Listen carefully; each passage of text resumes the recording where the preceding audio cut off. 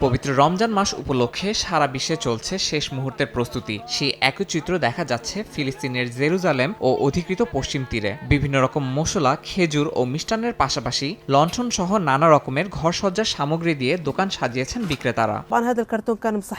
আমরা অধীর আগ্রহে রমজানের অপেক্ষায় আছি। আল্লাহ আমাদের এবং সকল মুসলিমকে শান্তি ও সুস্থতা দান করুন।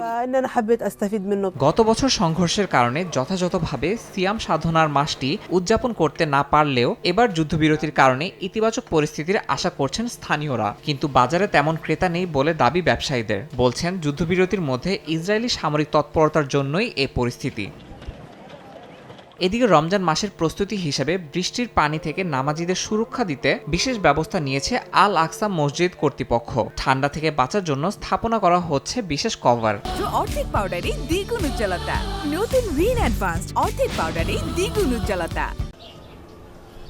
এছাড়া গাজায় এক নারী রমজানের আনন্দ ছড়িয়ে দিতে নিয়েছেন এক অভিনব উদ্যোগ। মানবিক সহায়তা হিসেবে পাওয়া কার্ডবোর্ড বাক্স ব্যবহার করে তিনি তৈরি করেছেন রঙিন লণ্ঠন ও চাঁদের প্রতিকৃতি। এসব পণ্য বিক্রি করে নিজের পরিবারের প্রয়োজন মেটানোর পাশাপাশি শিশুদের মাঝে আনন্দ ছড়িয়ে দেওয়ার চেষ্টা করছেন তিনি। প্রতিকূল পরিস্থিতির মধ্যেও ফিলিস্তিনিরা রমজানের ঐতিহ্য ধরে রাখতে চেষ্টা চালিয়ে যাচ্ছেন। অনেকে নিজেদের খুশির আমেজ ছড়াতে নানা উদ্যোগ নিলেও বেশিরভাগ মানুষের জন্য টিকে থাকাই এখন প্রধান চ্যালেঞ্জ।